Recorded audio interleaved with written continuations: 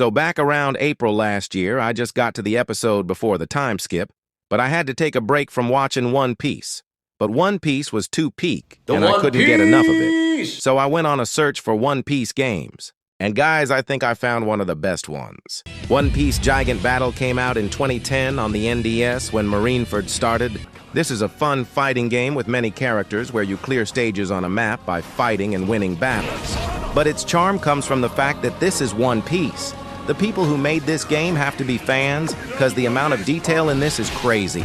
The whole game just gives good One Piece nostalgia, though it can get very intense. This game may lag sometimes, but pretty sure that's because I'm using an emulator. Well, here we are. You can feel the One Piece vibe already. Alright, so this is the menu, and as you can see, this is stylized for the NDS. We got the main mode Grand Prix, a free battle mode and multiplayer mode. Though the multiplayer mode is kind of pointless since no one's playing this game. I'd be surprised to see anyone on this, but it would be fun to play against people.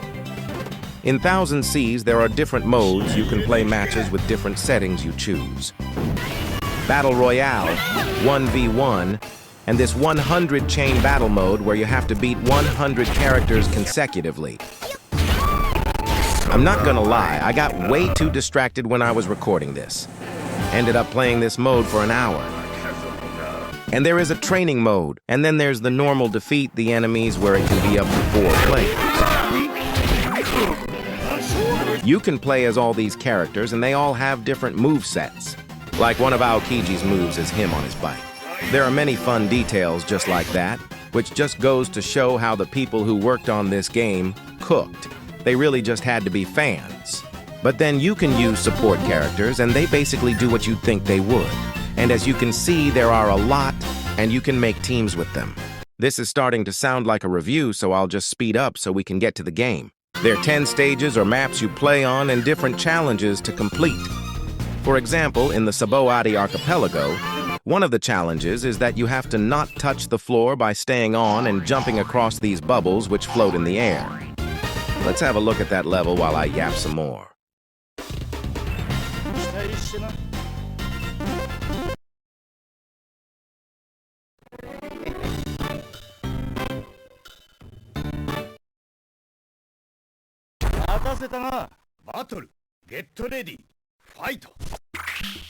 These bubbles pop so you can't stay on one for too long. So this is the Sabaody Archipelago map. I would say it looks good, but one feature is that a celestial dragon shows up, and if you attack him, Marines come and start shooting cannonballs at you. And you can see the references in the background.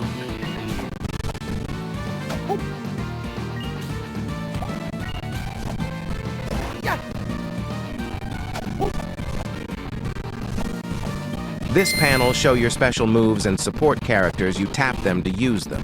You can level them up too, you'll see it at the end.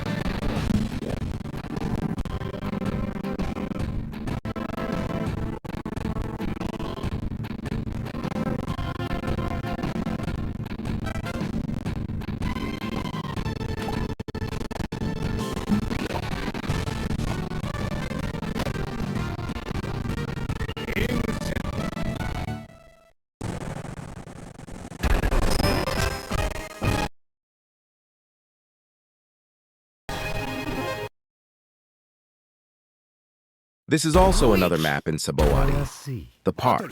In this one, I have to survive for the duration of the timer. This would have been a problem for me if Mihawk was low level, though.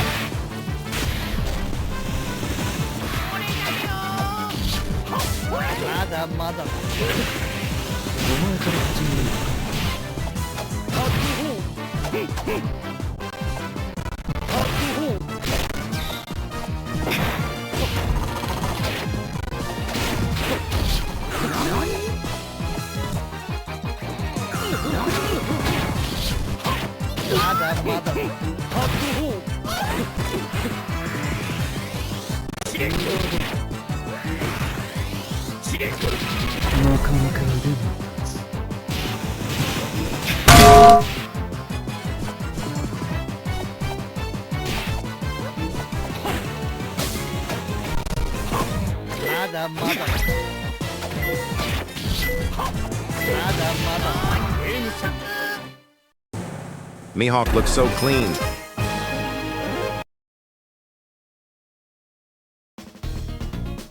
Also, there's one thing I really like. When you play a battle, the characters and support characters have dialogue, and there are a lot, and I mean a lot of unique dialogue that happens normally or when specific characters meet. For example, this one's between Zoro and Sanji. Zoro's about to get fried. Get ready, fight!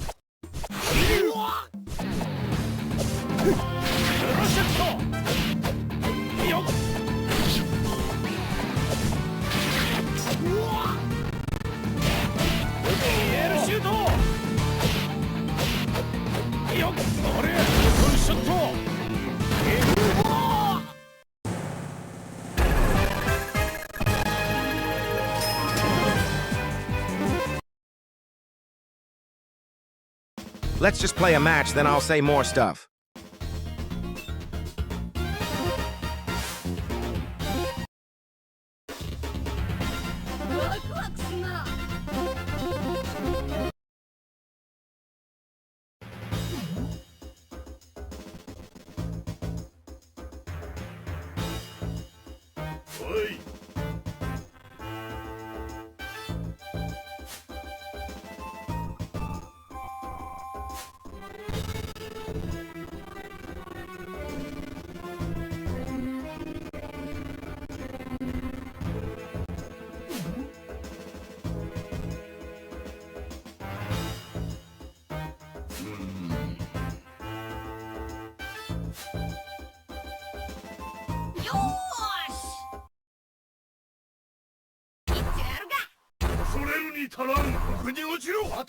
Get ready, fight!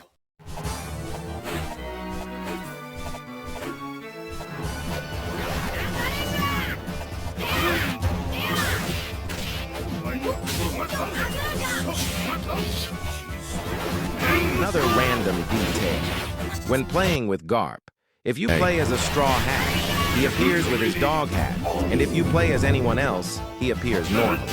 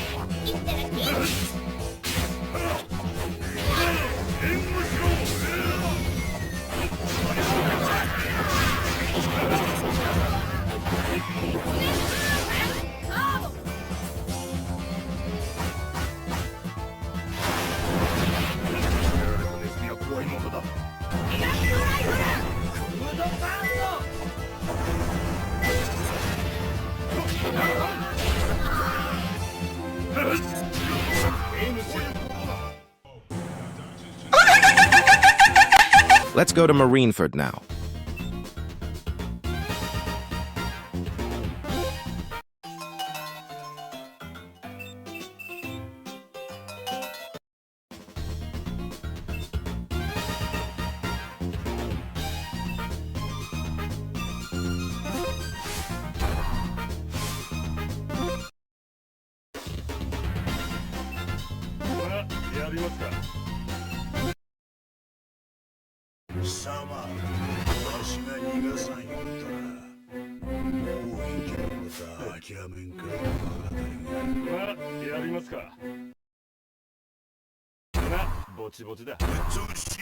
Battle.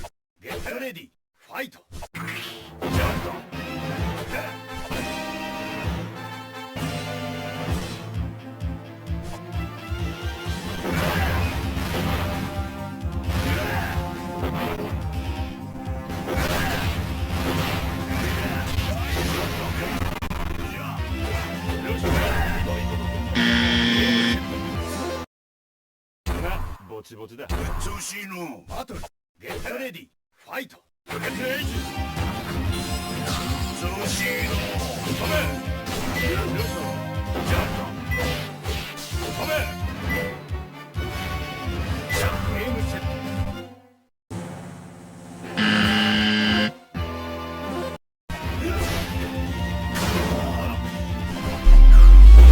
Okay, why does this keep happening?